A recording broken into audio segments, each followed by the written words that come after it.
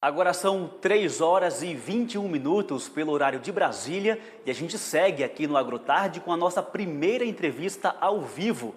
E o nosso assunto é a necessidade de monitoramento da qualidade da água para garantir boa produção de peixes e, importante, sem agredir o meio ambiente.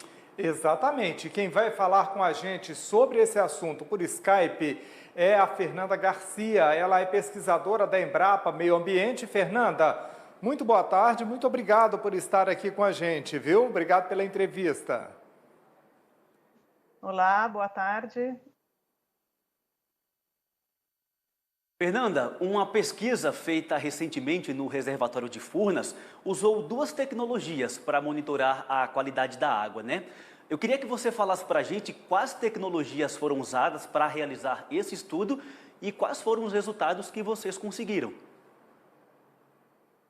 Sim, o estudo foi feito há mais de 5 anos, mas como foi um estudo muito inovador, nós demoramos alguns anos para analisar essas informações. Nós utilizamos duas metodologias com frequências diferentes, né? Uma metodologia desenvolvida pelo INPE, que é através do uso de uma plataforma flutuante que monitora a qualidade da água a cada 10 minutos, registra, né, e armazena, e depois a gente vai a campo fazer o download desses dados. E a metodologia de baixa frequência, que é uma metodologia muito usada pelos produtores, em que a gente vai até o local de produção, coleta a água, transporta até um laboratório e analisa esses dados, mas mesmo com um esforço muito grande, ela não consegue ter uma alta frequência, então a gente chama de baixa frequência.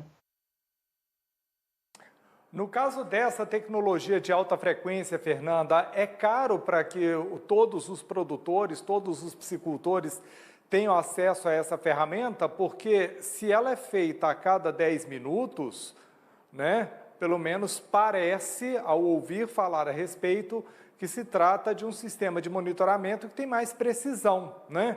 Custo-benefício disso é interessante para o produtor? É acessível para todo mundo se quiser fazer? Então, o intuito maior desse trabalho, ele foi fazer esse monitoramento. Pela primeira vez foi feito um monitoramento em alta frequência em áreas de produção de peixe em reservatório. E esse estudo nos mostrou que a baixa frequência, ela não consegue monitorar de fato a qualidade da água e o impacto que pode ser causado pela produção de peixe, né? Então, quando a gente pensa numa produção animal, toda a produção tem um impacto, mesmo que pequeno, a gente precisa de forma efetiva monitorar. A baixa frequência é a forma que é hoje preconizada pelas resoluções do CONAMA e que a maioria dos estados se utilizam para fazer o licenciamento dos produtores. Então, uma vez a gente comprovando que ela não é efetiva, o monitoramento em baixa frequência ele tem sido apenas oneroso para o produtor, não trazendo de fato um instrumento para mitigar possíveis impactos que ele vai causar, né? Mas em relação à sua pergunta especificamente, com esse sistema que nós utilizamos, ele não seria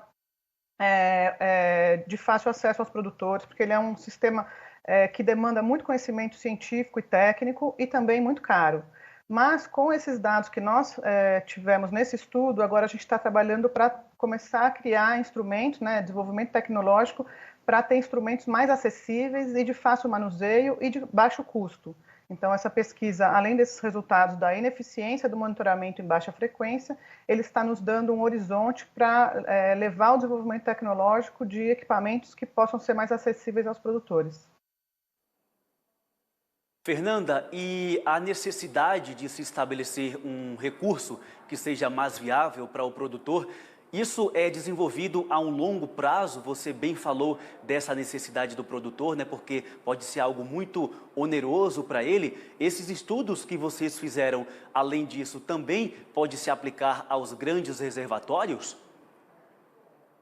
Sim, a gente tem uma urgência em rever a regulamentação atual, né? Os produtores estão, na verdade, às escuras, utilizando o recurso hídrico e monitorando de uma forma ineficiente. E nós, na Embrapa, já estamos trabalhando em parceria com outras instituições para desenvolver esses equipamentos de mais fácil acesso.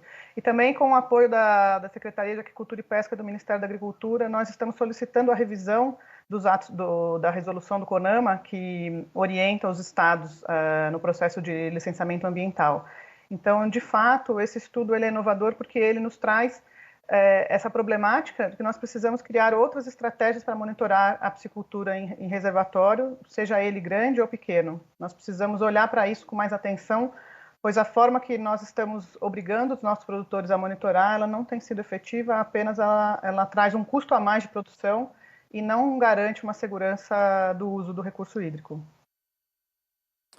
Fernanda, e por que é importante fazer monitoramento da qualidade da água? Essa importância se dá só para aumentar a produção de peixes ou também por questões ambientais? O piscicultor, né, principalmente o piscicultor em tanque-rede, ele é o maior beneficiário se ele fizer um bom manejo e se ele fizer um bom monitoramento, porque a água é o principal recurso da sua produção. Então, ele é o primeiro interessado para a manutenção de uma boa qualidade da água na sua área de produção. E a gente tem visto em outras pesquisas que os impactos causados eles são muito pontuais e estratégias de manejo são facilmente utilizadas para reduzir possíveis impactos. Então, o monitoramento ambiental ela é a principal ferramenta de manejo do produtor de piscicultura em tanque-rede. Sem a qualidade da água, ele não consegue tomar decisões de como ele vai manejar os seus animais em produção.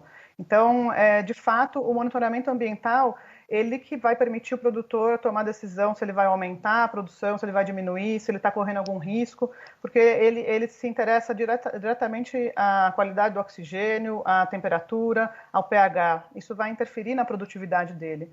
Então, os instrumentos de monitoramento ambiental são a principal ferramenta de gestão e manejo do piscicultor em tanque-rede. Fernanda, de um modo geral, a gente pode dizer que os piscicultores brasileiros têm, então, a expertise para fazer o monitoramento da área, ou para muitos ou alguns deles ainda falta esse conhecimento técnico e que justamente por causa dessa falta de conhecimento faz com que eles tenham, né, a produção prejudicada. E o acesso a esse conhecimento aqui no Brasil, ele é difícil ou é de fácil acesso? Olha, eu não diria que é culpa dos produtores se eles estiverem causando algum impacto. Eu acho que é mais a falta de desenvolvimento tecnológico que possam apoiar eles a conseguirem monitorar. Então, como eu disse, hoje o próprio CONAMA preconiza o uso de métodos que foram comprovadamente demonstrados de serem ineficientes. Mas também não é culpa do CONAMA. À época se achou que poderia ser assim, né? Então, eu acho que é um processo de evolução. A piscicultura em tanque-rede é algo muito recente no país e a gente vem se desenvolvendo.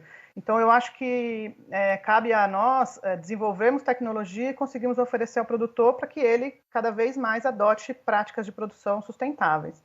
Então, eu acho que essa pesquisa ela traz aí uma constatação de uma ineficiência de um processo que vinha sendo tomado anteriormente e agora cabe a nós orientarmos também de que forma ele poderá monitorar. Eu acho que o desenvolvimento de tecnologias mais acessíveis é um grande instrumento e o produtor ele está preparado a receber essa tecnologia e utilizá-la para cada vez diminuir